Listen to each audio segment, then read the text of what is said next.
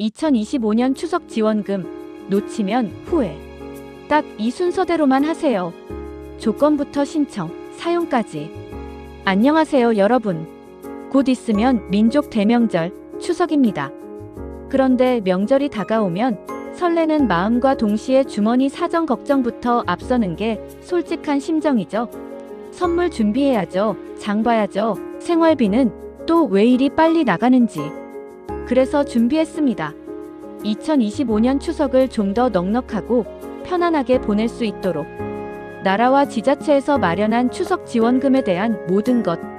원래 이 지원금이라는 게 공고문만 보면 너무 딱딱하고 복잡해서 저도 숨이 턱 막히거든요. 중위소득 몇 프로 이하, 가구원 기준, 유사사업 중복 제한. 듣기만 해도 머리가 아파요. 정말이지 복잡함의 끝판왕이죠. 걱정 마세요. 제가 이 모든 걸 딱 정리해서 여러분이 순서대로만 따라 하실 수 있도록 쉽고 친절하게 안내해 드릴게요. 마치 보물찾기 지도처럼 말이죠. 오늘 이 글을 끝까지 읽으시면 여러분은 이미 절반 이상 성공하신 겁니다. 그러니 편하게 숨 고르시고 지금부터 저랑 함께 추석 지원금의 핵심만 쏙쏙 뽑아볼까요? 1단계 왜 주는지, 어떻게 받는지부터 알자. 핵심 파악. 솔직히 말하면 이 지원금은 명절 전후의 생활비 SOS 역할이 가장 큽니다. 갑자기 늘어나는 가계 지출에 여러분이 숨을 돌릴 틈을 주는 거죠. 명절에 돈 쓸 곳은 정말 많은데 지갑은 얇아지는 그 기분. 다들 아시잖아요. 이 지원금이 바로 그 숨통을 트여주는 역할을 합니다. 또 하나의 중요한 목적은 바로 우리 동네 상권을 살리는 거예요. 대부분 지역 화폐나 상품권 형태로 받아서 쓰게 하거든요. 이게 그 지역에서만 사용되니까 침체된 동네 가게들의 매출이 확 살아나는 효과가 있습니다. 정말 일석이조인 셈이죠. 그러니까 당당하게 받아서 기분 좋게 우리 동네에 써주세요. 여러분이 헷갈리지 않도록 제가 가장 쉽고 명료한 흐름을 잡아드릴게요. 딱 이 순서만 기억하시면 돼요. 순서대로 빈칸을 채워나간다고 생각하시면 쉽습니다. 자격 확인 내가 받을 수 있을까? 기준부터 봅니다. 서류 준비 필요한 자료를 미리미리 챙깁니다. 신청 모바일이든 방문이든 편한 방법으로 접수합니다. 결과 확인 언제 들어오나 기다립니다. 사용 기한 내에 넉넉하게 사용합니다. 이 모든 과정에서 실수를 확 줄일 수 있는 핵심 포인트 5가지를 먼저 점검해야 합니다. 준비를 잘해야 나중에 헛걸음을 안 해요. 괜히 주민센터 2-3번 왔다 갔다 하는 것만큼 힘 빠지는 일이 없죠. 가구 소득 기준, 우리 집이 기준선에 들어가는지, 거주 요건 내가 신청하는 지역에 얼마나 살았는지, 최소 거주 기간을 채웠는지, 중복 제한 작년에 받았던 다른 지원금과 겹치지는 않는지, 사용 기한 혹시 돈 받고 까먹어서 못 쓰는 불상사는 없는지. 이거 정말 아까워요. 일정 변동 공지 내용이나 신청 마감이 갑자기 바뀌진 않았는지, 특히나 공지 업데이트나 스미싱 경고는 수시로 확인하셔야 해요. 요즘 같은 때는 지원금을 빌미로 사기 문자가 정말 많이 오거든요. 정부나 카드사는 링크가 포함된 문자를 절대 보내지 않는다는 사실, 정말 중요합니다. 기억하세요. 링크는 무조건 의심. 2단계 내가 받아도 되는 사람일까? 대상 조건 확인. 자, 이제 내 차례가 맞는지 꼼꼼하게 따져볼 시간입니다. 지원금의 공통 기준은 대체로 가구, 소득, 거주 이 3가지로 나뉩니다. 3가지 기준을 모두 통과해야 합니다. 1. 우리 집은 어떻게 따지나요? 가구 판정. 같은 주소에 살면서 생계를 같이 하는지를 기준으로 삼습니다. 중요한 건 주민등록등본 상의 정보죠.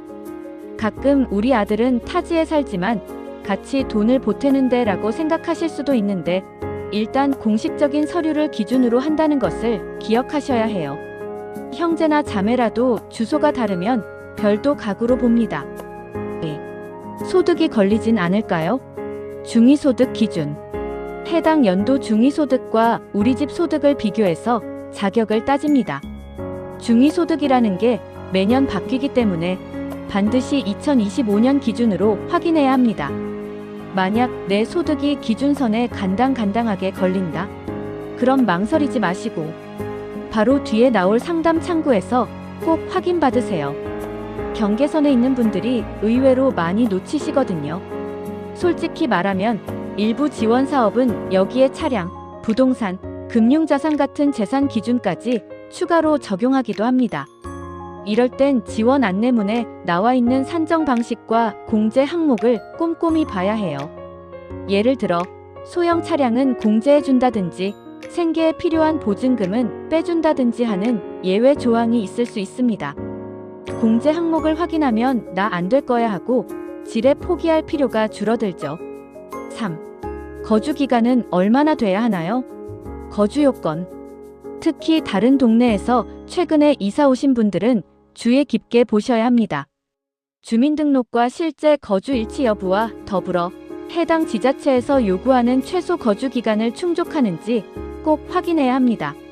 신청일 기준 6개월 이상 계속 거주 같은 조건이 흔합니다. 전입신고 날짜가 기준이 되니 주민등록 등본을 통해 꼭 체크하세요. 4. 나는 우선 대상일까? 유형별 요건. 지원금은 보통 우선순위 대상이 있습니다. 내가 여기에 해당하면 심사가 훨씬 수월하고 가능성도 높아지죠. 기초생활수급자, 사상위계층, 한부모, 장애 등록 가구. 다자녀 가구 지역마다 기준이 다르니 꼭 확인하세요. 독거고령 가구. 만약 내가 특정 시군구로 대상이 한정되거나 청년이나 고령자처럼 연령 요건을 둔 사업이라면 본인의 상황에 맞춰 추가 확인이 필요합니다. 만 70세 이상 어르신이라든지 만 18세 이상 39세 이하 청년처럼 명확하게 선을 긋는 경우가 많습니다. 중복 신청은 정말 안 되나요? 이거 정말 중요해요. 유사한 사업과는 중복 신청이 제한되는 경우가 대부분입니다. 따라서 공고문의 중복 또는 동일 유사 사업 항목은 반드시 눈에 불을 켜고 읽고 넘어가셔야 합니다. 자칫 잘못하면 나중에 지원금을 다시 토해내야 하는 환수되는 불상사가 생길 수도 있어요. 일단 받고 보자는 생각은 절대 금물입니다. 빠르게 가늠하는 요령. 가구 소득이 기준선에 들어오고 우선 대상에 해당하며 중복 신청 제한이 없고 거주 요건을 만족하고 기본 서류를 바로 준비할 수 있다면 가능성이 큽니다.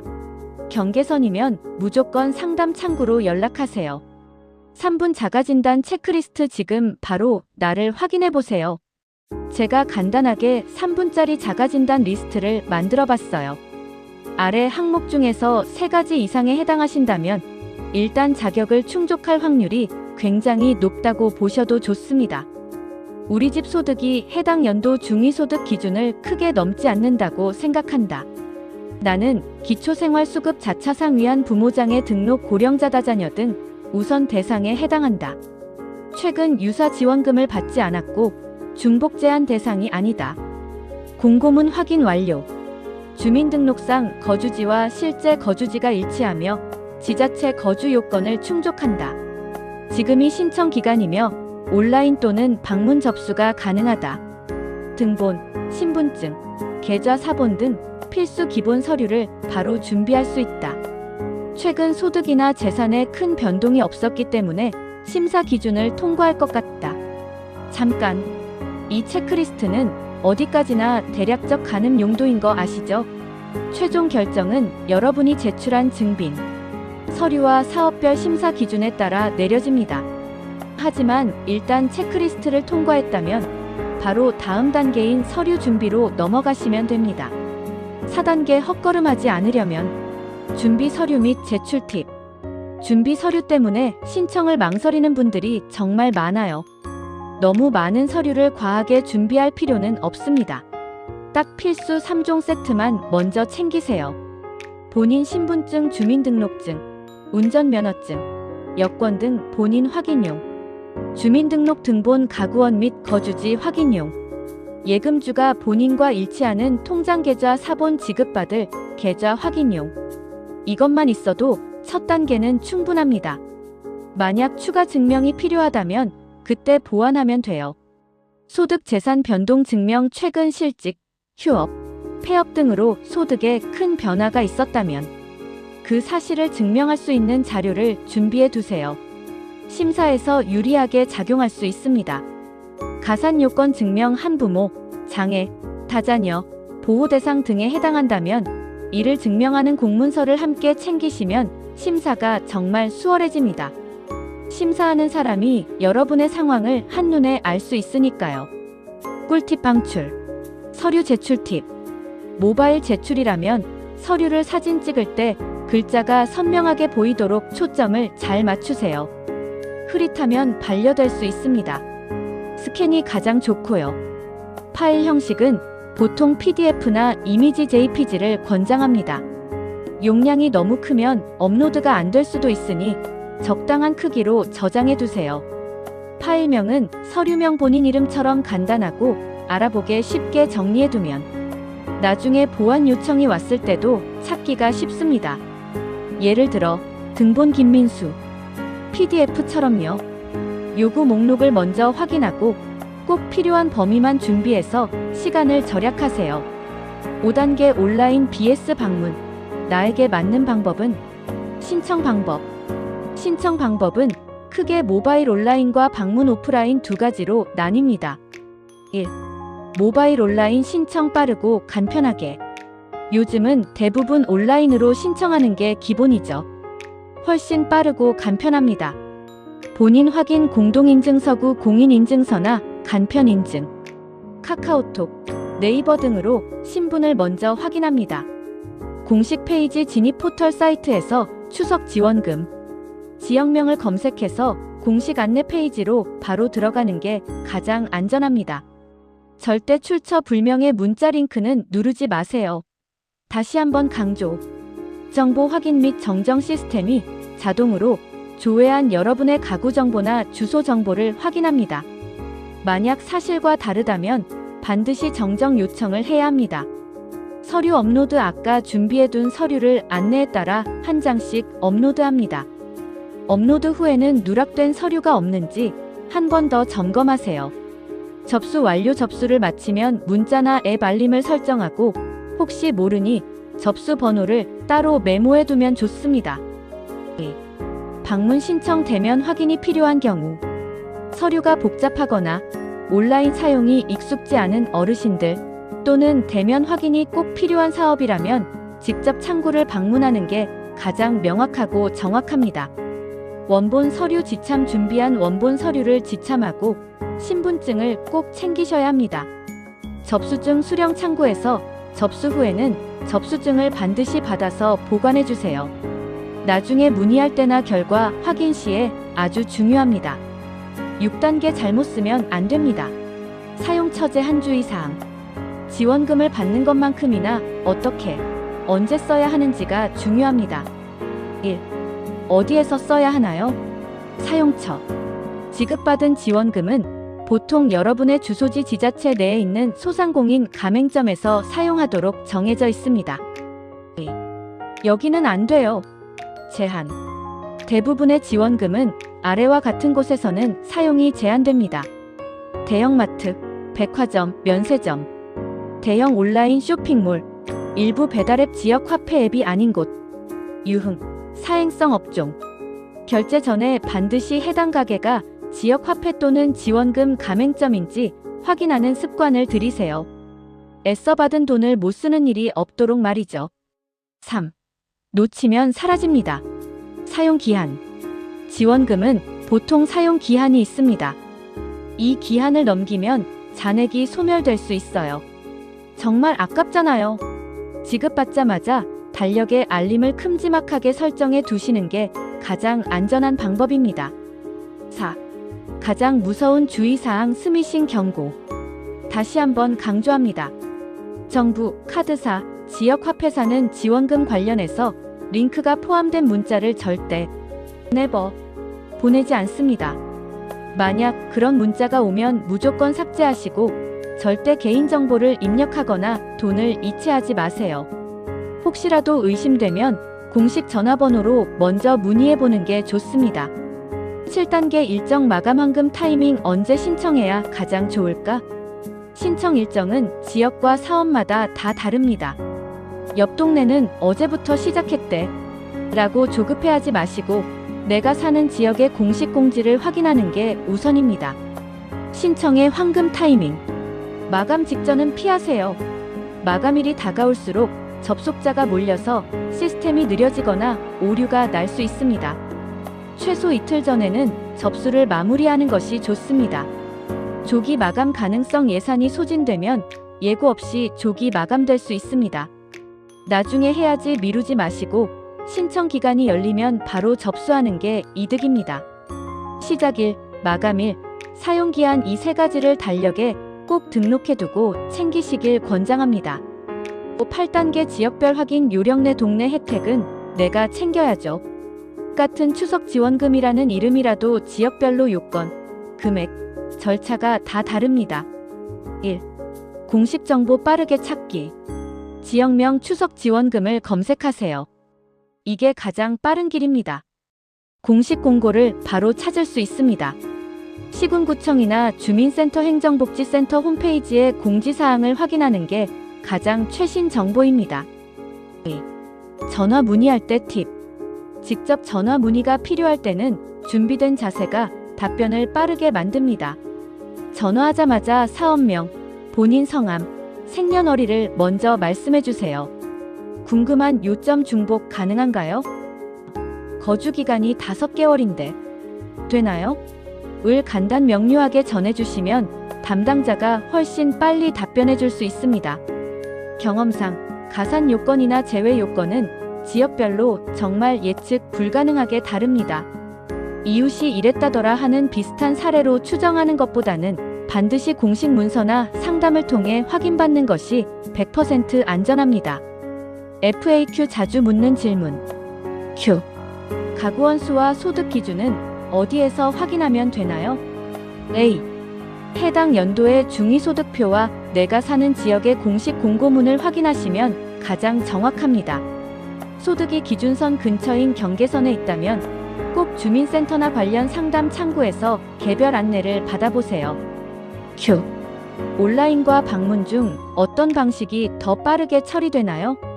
A. 지원금이 선착순이나 접수순 영향을 많이 받는 사업이라면 온라인이 유리합니다. 다만 서류 원본 대조가 꼭 필요한 사업이거나 여러분의 상황이 복잡하다면 창구 방문이 오히려 명확하게 한 번에 해결할 수 있습니다. Q.